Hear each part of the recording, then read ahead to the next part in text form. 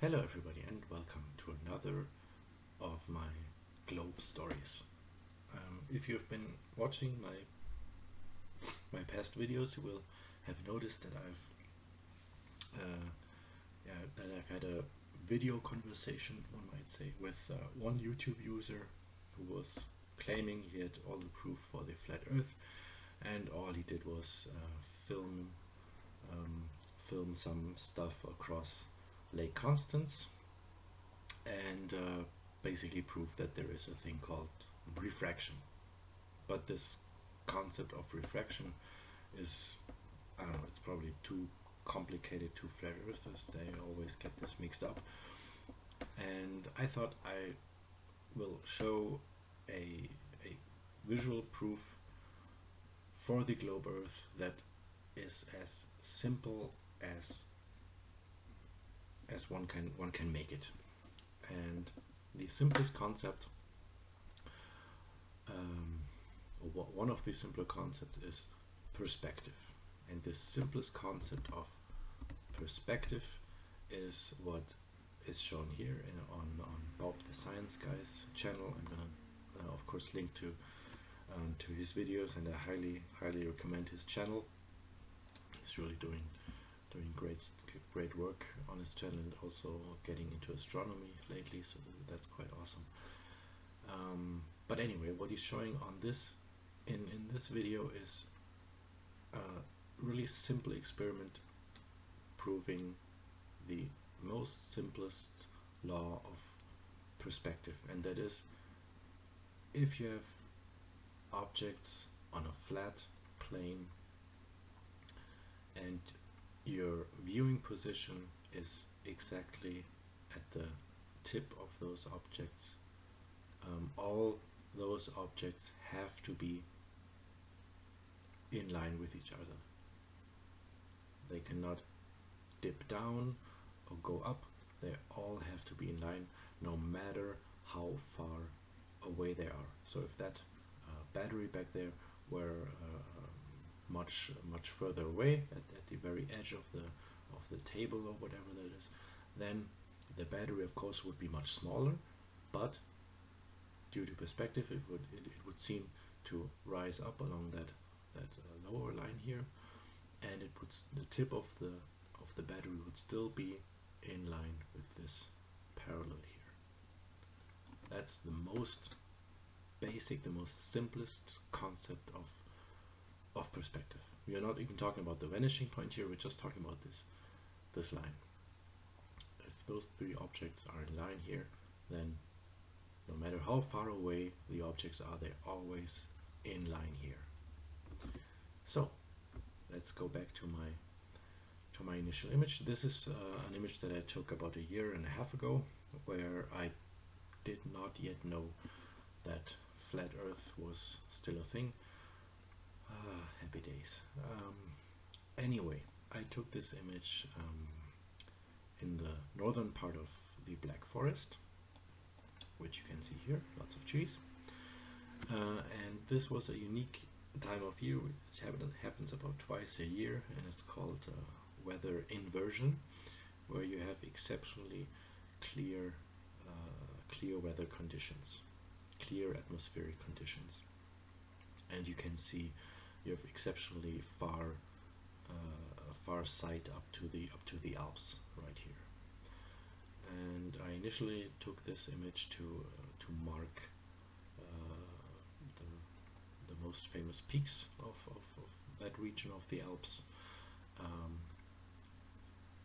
Yeah, and I want to focus on one section here that we're looking about southeast in that portion of the image, and I want to focus right now on this windmill here. This windmill is about 7 kilometers away, and the tip of that windmill is at exactly the same height as I was, or as my camera was, when I took that picture. In order to prove that to you, I'm going to show you that in a sec. proof. I'm going to show you this on Google Earth. I'm also going to link to the exact coordinates and yeah, to all the objects that I'm talking about right now. And I'm going to leave detailed descriptions and detailed measurements. But anyway, for now, I'm just going to go quickly over this. So this is my viewpoint in the northern Black Forest at 1,060 meters. This is the windmill, just to prove that it's actually there. The windmill is about 960 meters, 960 meters up, so that ridge right there is 960 meters up, measured of sea level. The windmill right here is 75 meters high, so that's 1,025 meters at the top of the windmill where the generator is, and the rotor blades are usually 40 meters wide, or 40 meters long, I should say, off of the main axis here. So the tip of the windmill is about 1,065 meters high. So about, yeah, at the top section of the windmill, that's exactly in line with my view from 1,055 meters height. So that's 7 kilometers away, and now we're going to look across all of this, across all of that landscape, and this is Mount Sentis right here. That's 2,501 meters high. So let's go back to this. So again, 7 kilometers away from my position, about right here where the rotor top section is, that's 1,055 meters high. I myself, or the camera, was 1,055 meters high when I took that image. So, according to the law of perspective, remember the batteries? When I look at this object in the back here at around 180 kilometers away, the section of that mountain that's 1,055 meters high should be in line with the other two objects, so my viewing position and that rotor.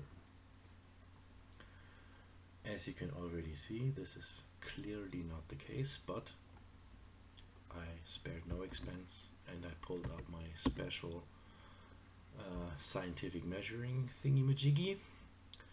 Yeah, I'm using paint, sue me. Anyway, as you can clearly see, not even the tip of that mountain, the Mount Sentis, at 2,500 meters, not even the tip of that mountain is remotely in line with that rotor and thus with my position. So actually, if we were living on a flat Earth around or about this position of the mountain, that probably is around 1,000 meters or even lower. So 1,000 meters on that mountain. That 1,000 meters should be in line with that rotor. That mountain should be way more higher up if we were living on a flat Earth. This is clearly not the case.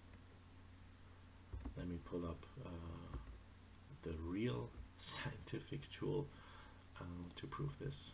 Walt D. Bieslin's Earth curve calculator. I also link to this down in the description.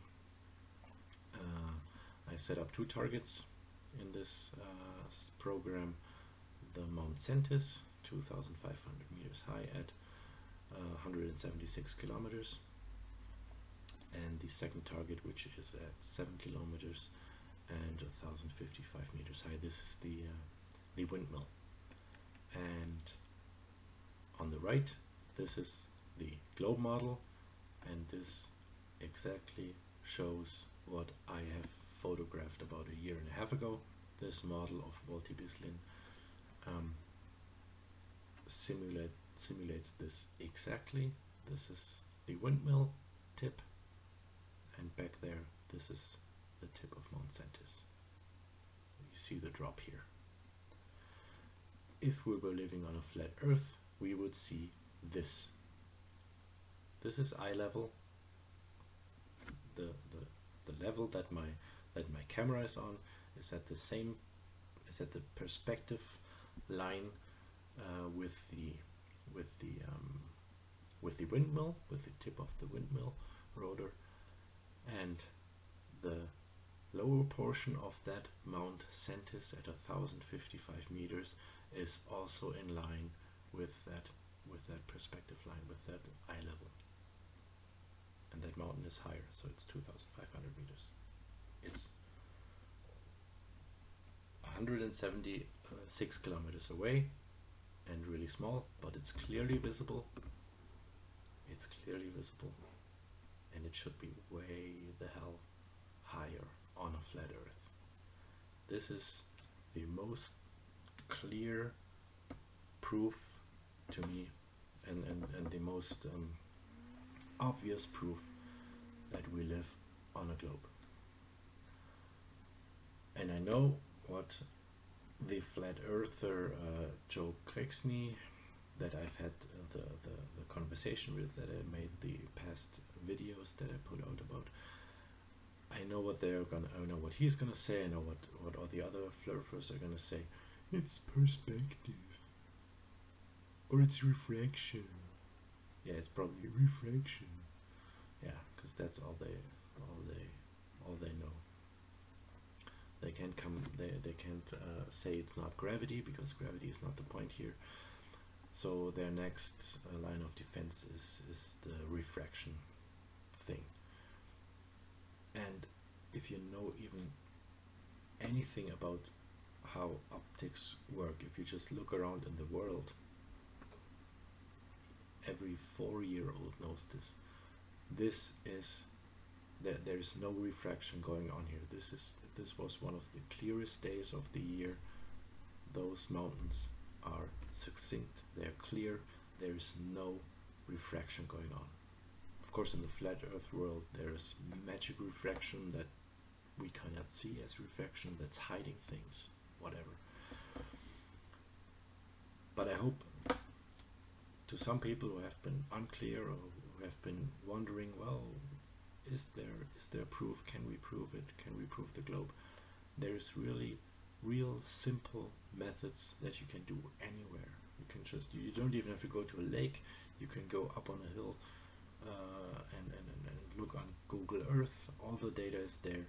You can make, you don't even have to make trigonometry and work with triangles. You just have to work with lines and yeah, think a little. Yeah, so anyway, before I start rambling, I want to wrap this up. I hope this my point came across. If you have any questions, feel free to ask them, leave a comment. If you like what I do, I would be happy if you would leave a thumbs up. I try to make my videos more professional and less boring to look at. So I'm working on that. I'm really excited about this. So yeah, I want to leave you with this beautiful panoramic view of the Alps, and hope you stay safe. See you soon. Bye.